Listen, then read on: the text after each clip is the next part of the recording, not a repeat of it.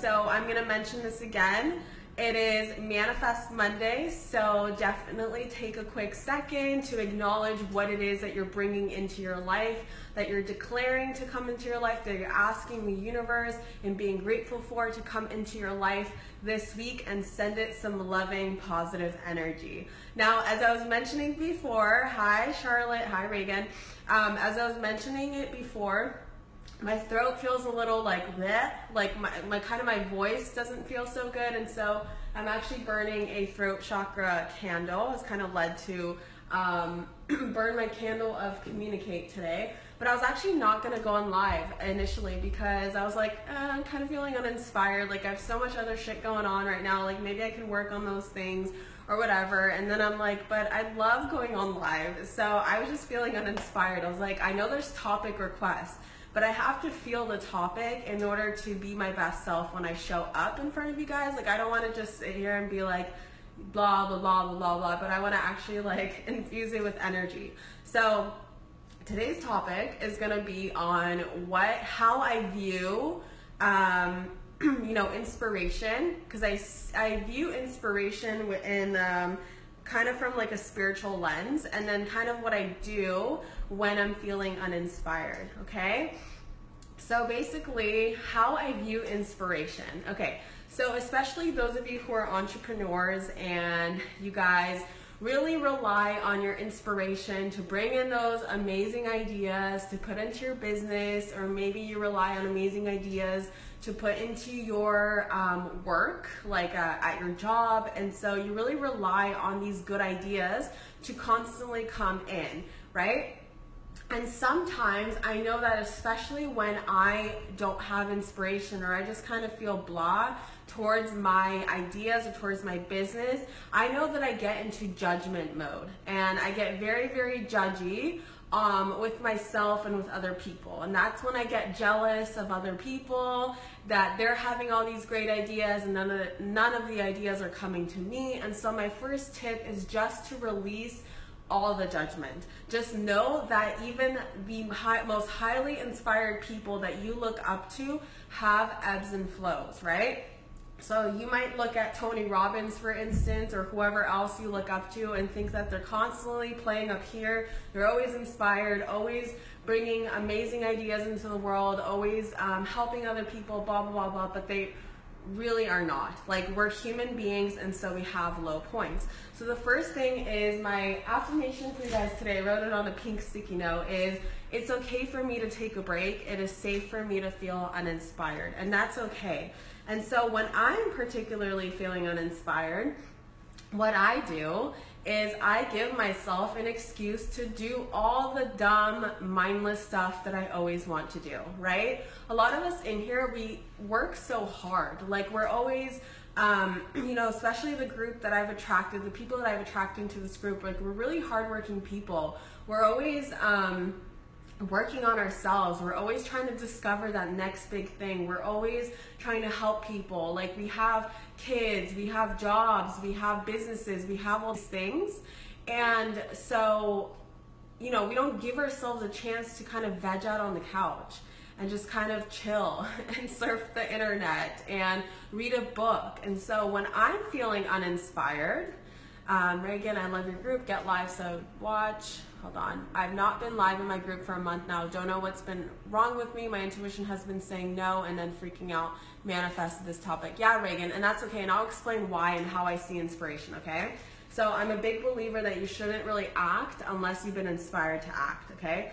But going back to what I was saying was that it gives me an excuse to do all the dumb shit that I want to do. And by dumb shit, I just mean sometimes I just want to eat potato chips in bed, and I just want to watch really dumb reality TV.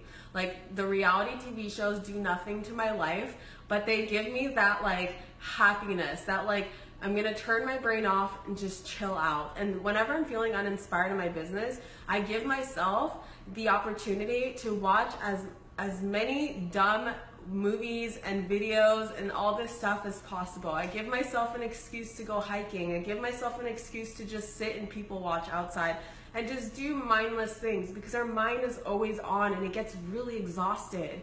And so sometimes you just have to release that judgment and know that you're not a failure if you're feeling uninspired. If you're feeling uninspired, and this is how I view inspiration. I view inspiration as coming from the divine. So if you guys have read Big Magic by Elizabeth Gilbert, you can kind of relate. I see inspiration as these ideas that float around looking for people who are going to manifest them into the physical, okay? And the right ideas come to the right people. However, have you ever experienced you have a really good idea, you're so inspired, you're like, hell yes, I'm gonna do this, but you do nothing with it, and then 3 months later, you find someone else who implemented your idea. Literally, they created something almost identical to your inspiration, your inspired action that you should have taken. That's because ideas are not necessarily unique. There's almost no such thing as a unique idea anymore. It really isn't. It just depends on you taking the idea and making it your own, because you are your own unique self. So, you know, when an idea comes to me, I'm going to manifest it differently, slightly differently than if someone else, because we have our unique, authentic energy that we put into it. And obviously we have life experience of other ideas, and maybe other ideas are meshing together, but the ideas are not unique. And so when I get inspired, I take action. So if you guys want to read a good book to kind of learn about acting on your instincts or acting on your inspired action, it's The 5-Second Rule by Mel Robbins, which is funny because I just started that book this morning, and I'm like, that's very interesting. It has to do with this inspiration talk that I want to, you know, talk to you guys about. And when you receive inspiration, you have to act on it right away. You can't just be like, that's a great idea and whatever, because that inspiration does not last. It's going to go away and it's going to go find someone else, because it sees that you're not going to really do anything with it, so it's going to float away to someone else. So when I am inspired, I will be like, okay, you know what? The stupid TV shows, you know, the people watching that I love to do, all these like things, just mindless activities, they can wait for those moments when I'm feeling uninspired. So I kind of learn to prioritize. When I'm feeling inspired to write a blog post, that's such a lie, I never write blog posts, but an email that I want to send out to you know, my audience, or if I want to post on Instagram, or if I have a topic that I want to go live about, I act on it right away. Like, I do not wait, you know? Obviously, if it's 2 a.m. and I have the inspiration, I'm not going to go live in here at 2 a.m. because I'm fucking tired, but I'll write it down. You know, I'll write something down, or I will remind myself to text a person, or I'll remind myself to email someone. I'll remind myself to sign up for a workout class because I'm feeling really inspired to go to a workout class in the morning, and I act on it. Right? And as you keep acting on these things, you are answering to your divine inspiration. So you're going to keep answering to the inspiration that has to do with your life purpose, and has to do with where you want to go, has to do with your desires. So in manifesting, when I talk about inspired action, the action that you usually, you know, the ideas that float around that come to you are usually, they're meant for you. But if you're not going to manifest them, then they're going to go find someone else. Does that make sense? So I see a lot of emojis coming up, so I'm guessing this makes sense and resonates with you guys. But when you're feeling uninspired, here's the thing that you don't want to do. You don't want to force it, because there's nothing coming around.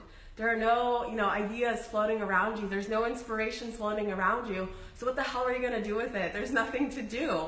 And so people get so frustrated with themselves. They go into judgment zone and they're like, you know, I'm such a failure, blah, blah, blah. But they don't realize that, no, it's like there's just nothing around to manifest yet. There's something brewing. There's something coming around. There's something on its way to you. It's just not there yet. And so that's a perfect excuse to do whatever the hell you want to do. Like, there's no, like the divine has no job for you right now. So just chill the fuck out. Be a human, be a kid, go out with your kids and go to a water park, go down a water slide, whatever you want to do. That's the perfect time for mindless activities. Excuse me, I told you my throat.